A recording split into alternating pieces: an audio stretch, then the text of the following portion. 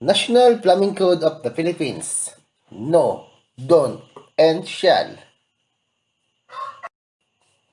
Supplied with water in sufficient volume and a pressure.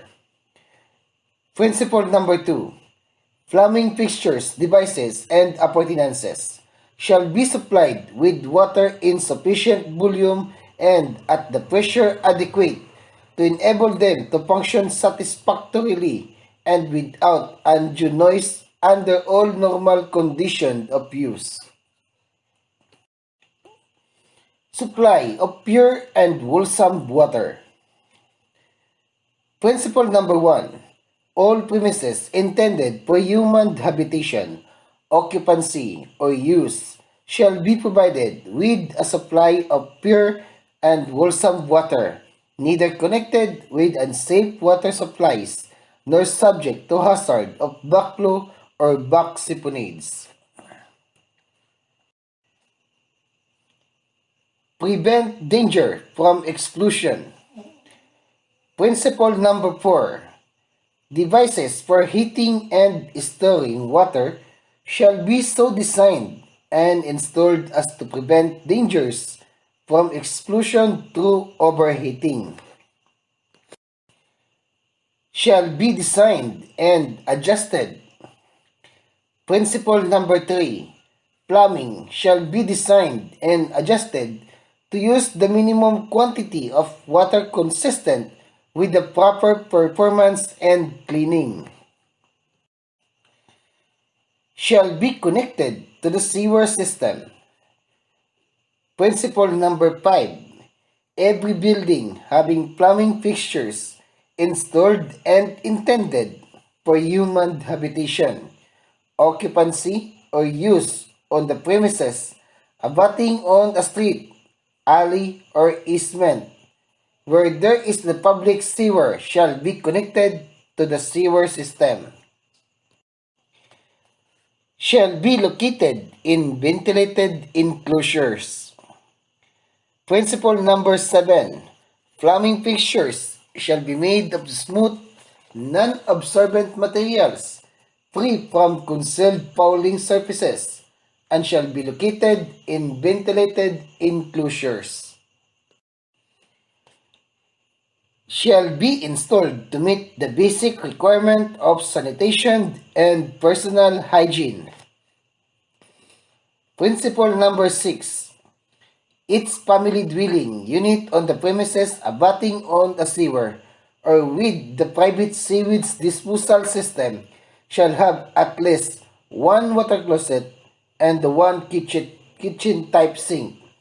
Further, a lavatory and a bathtub or shower shall be installed to meet the basic requirement of sanitation and personal hygiene. Shall be durable NAMPAP approved. Principle number 9. All pipings of plumbing system shall be of durable NAMPAP approved materials, pre-formed defective workmanship, designed and constructed by registered master plumber to ensure satisfactory services.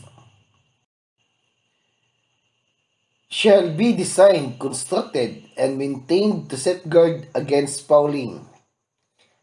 Principle number 8. The drainage system shall be designed, constructed, and maintained to safeguard against fouling, deposit of solids, clogging, and with adequate clean-out so arranged that the pipe may be readily cleaned.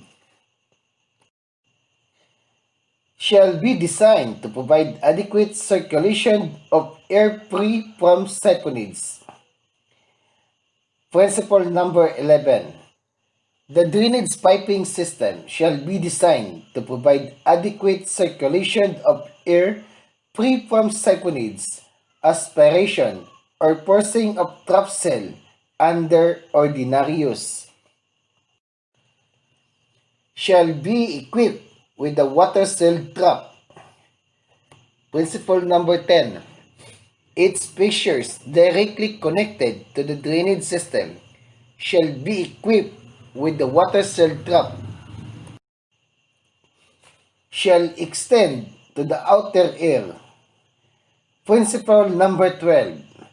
Vent terminals shall extend to the outer air and installed to preempt clogging and the return of foul air to the building. Shall be allowed to enter the building drainage system. Principle number 14.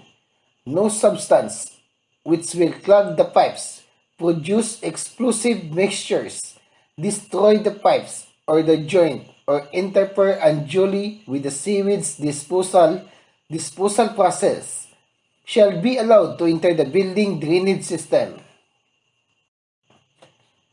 Disclose all leaks and defects. Principle number 13. Plumbing system shall be subjected to such tests to effectively disclose all leaks and defects in the workmanship. Properly lighted and ventilated. Principle number 16. No water closet shall be located in the room or compartment which is not properly lighted and ventilated. Shall be provided to prevent contamination. Principle number 15. Proper protection shall be provided to prevent contamination of food, water, sterile goods, and similar materials by backflow of seaweeds. When necessary, the fixtures, device, or appliance shall be connected indirectly with the building drainage system. Shall be made to prevent its overflow. Principle number 18. Where the plumbing drainage system may be subject to backflow of seaweeds, suitable provision shall be made to prevent its overflow in the building. Shall be made for disposing of the building seaweeds. Principle number 17.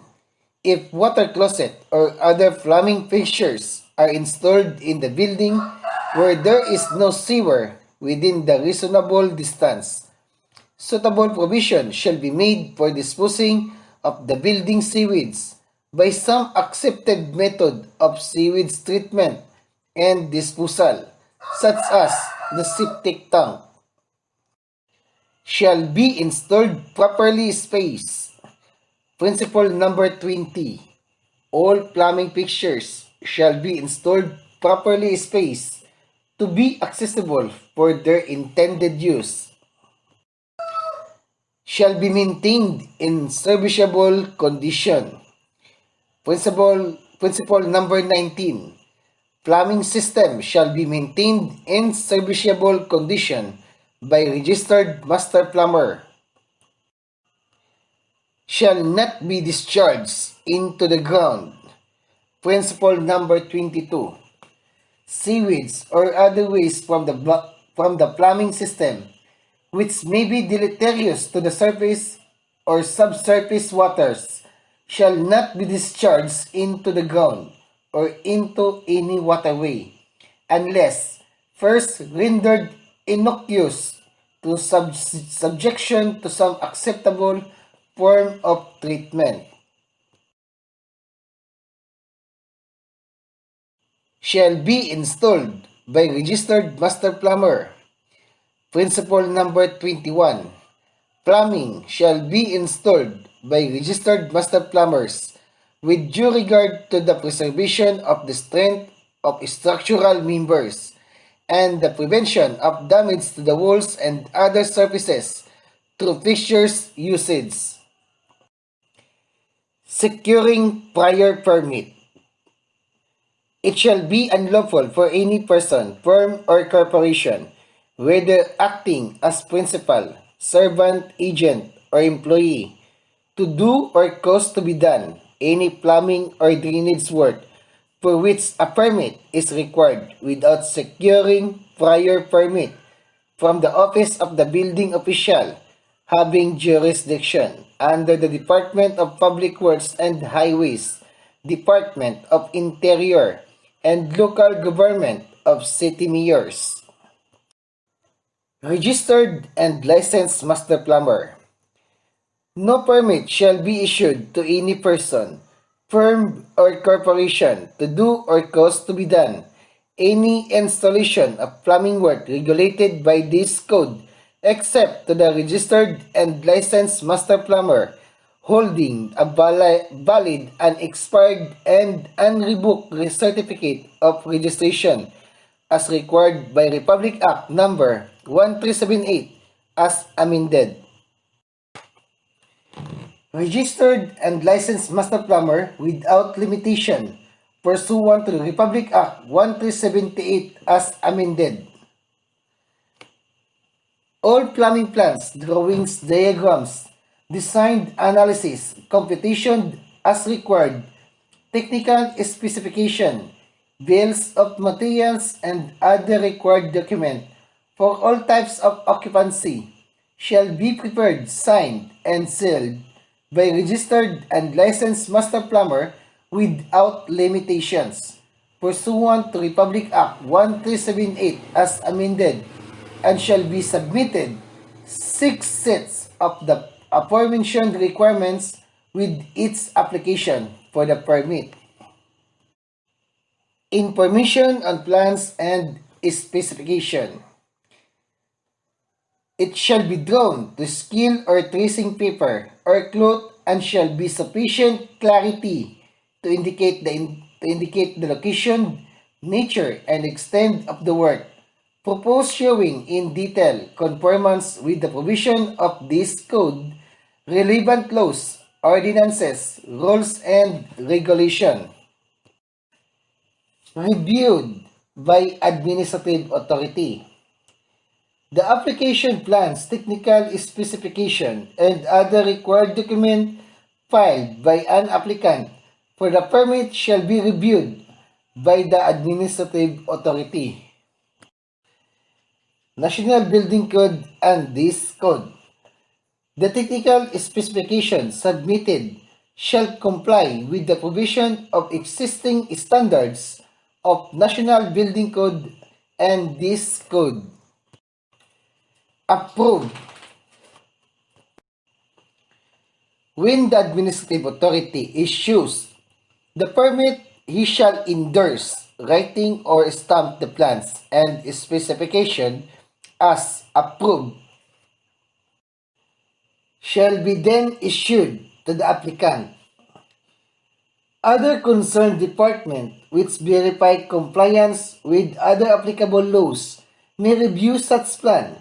If the administrative authority finds that the work described in application for the permit and the plans, specification, and other document filed therewith conform to the requirement of the plumbing code and other pertinent laws and ordinances, and upon payment of the fees specified in Section 105, a permit shall then be issued to the applicant.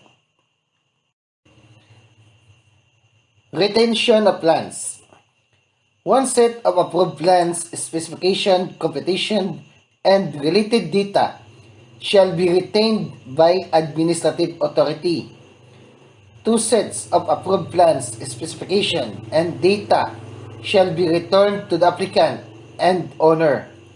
1 set of which shall be kept at the job site at all times while the work is in progress.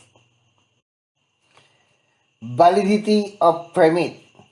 The issuance of the permit or approval of plans and specification shall not be construed as the permit to violate any provision of this plumbing code or of any other applicable ordinances.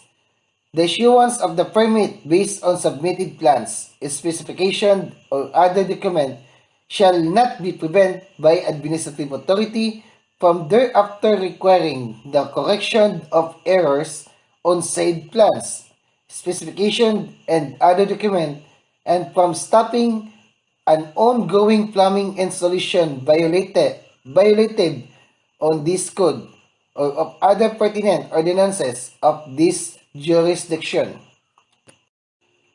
1 hop. In case of renewal of the